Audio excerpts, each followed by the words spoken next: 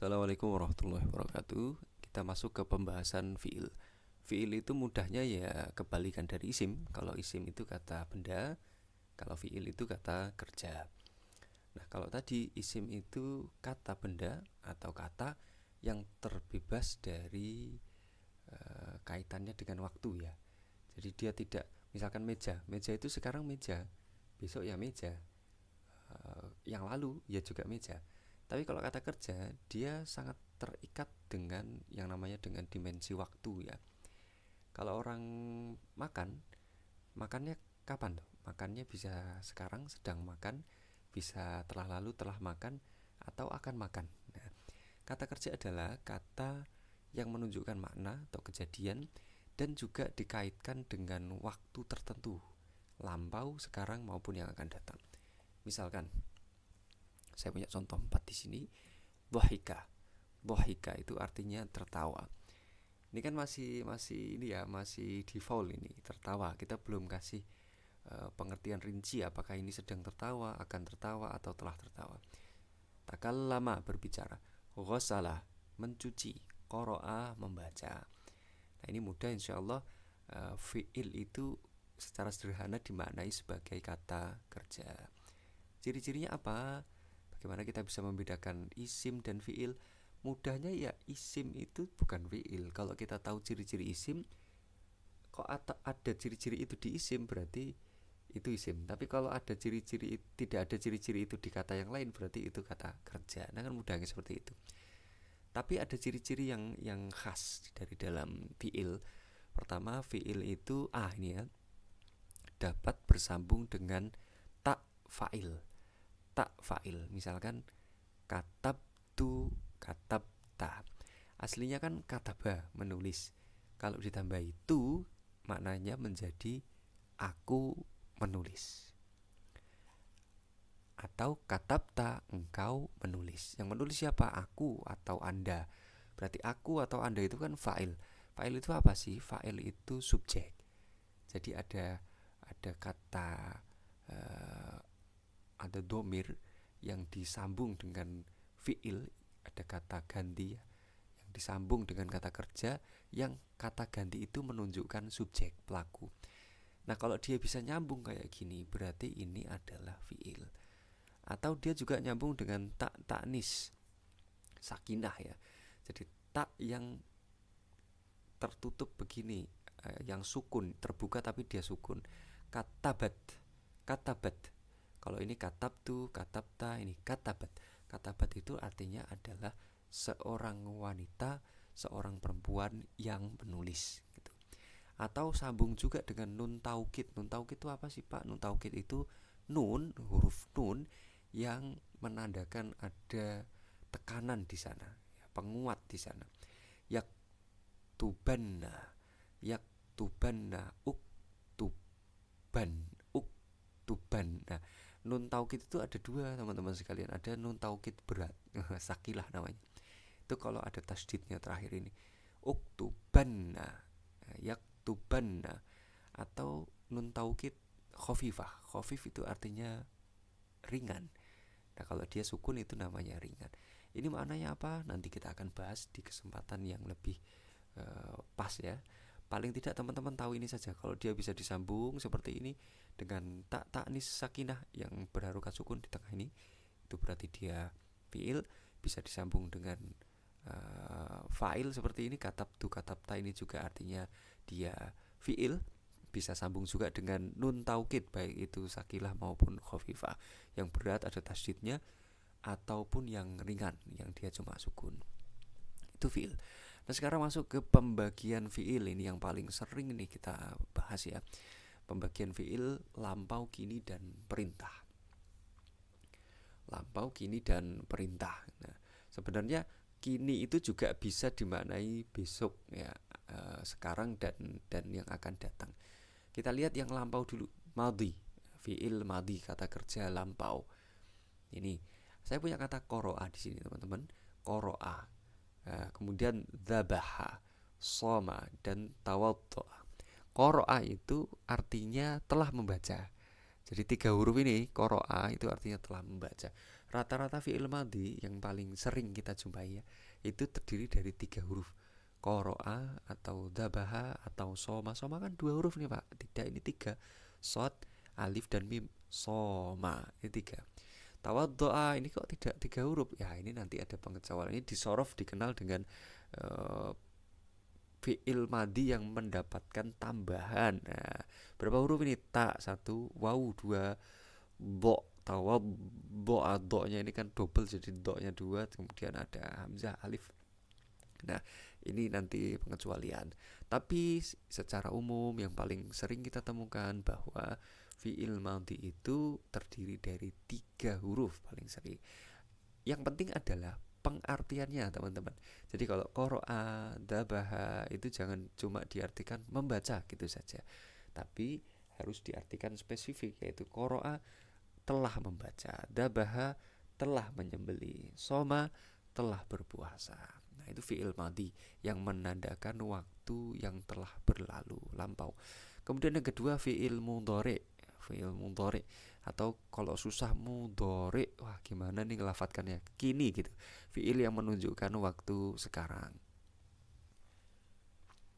Ini berarti kan kebalikan dari fi'il madhi ya. Kalau fi'il madhi kan lampau, telah membaca. Kalau di sini artinya sedang membaca atau akan membaca. Jadi maknanya ganda di sini, bisa diartikan sedang, bisa diartikan akan membaca. Baik, kita lihat di sini. Dari qoro'a menjadi yaqra'u. Jadi dari dzabaha menjadi yadzbahu. Soma yasumu. Dari tawaddo'a jadi yatawaddau. Nah, ini artinya sedang atau sedang dan akan itu ya. Artinya sedang membaca atau akan membaca. Perbedaannya adalah teman-teman caranya mencirikan fi'il mudhari itu adalah dia, perhatikan ya, dia tertambahi dengan huruf-huruf mudharaah.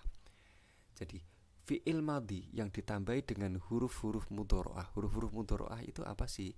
Huruf mudharaah itu adalah huruf yang menunjukkan fi'il mudhari. Apa saja itu? A, nun, ya, ta. Kalau ketambahan a, nun, ya, ta di depan huruf ini, di depan kata ini, dia biasanya fi'il mudhari.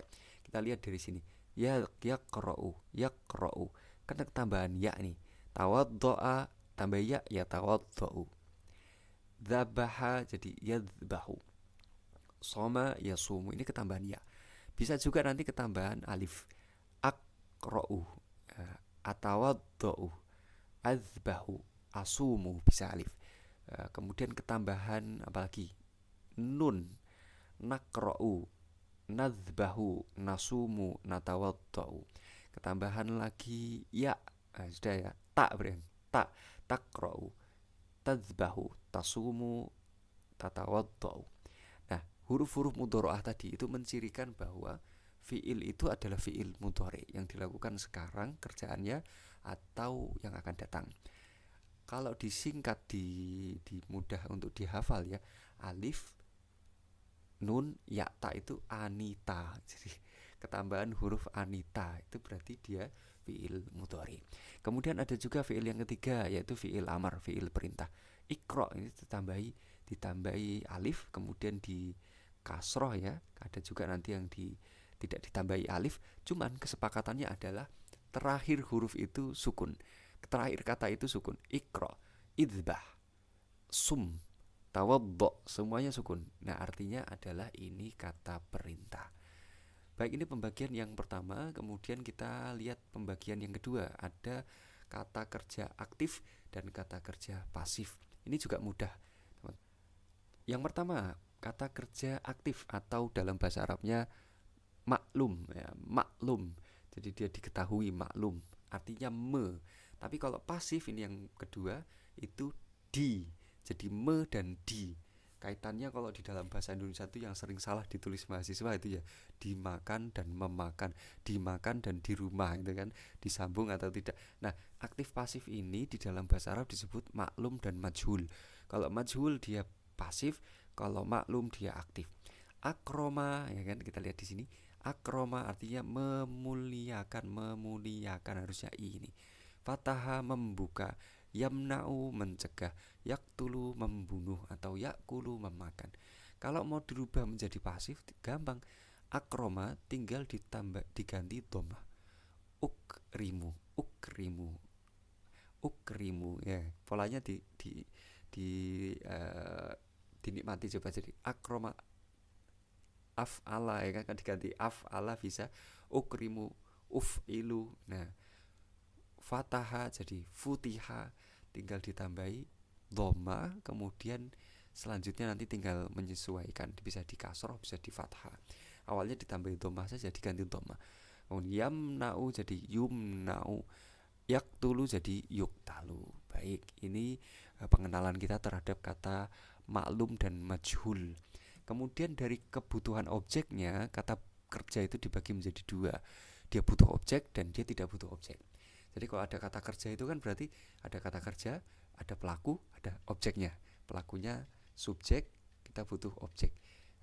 Predikatnya itu kata kerja, subjeknya itu nanti orang yang melakukan pekerjaan, kemudian objeknya itu orang yang dikenai pekerjaan. Tapi di dalam kata kerja itu ada loh kata kerja yang butuh objek dan kata kerja yang tidak butuh objek.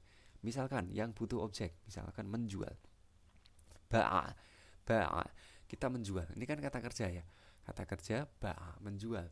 Apa yang dijual? Kita butuh sesuatu nih.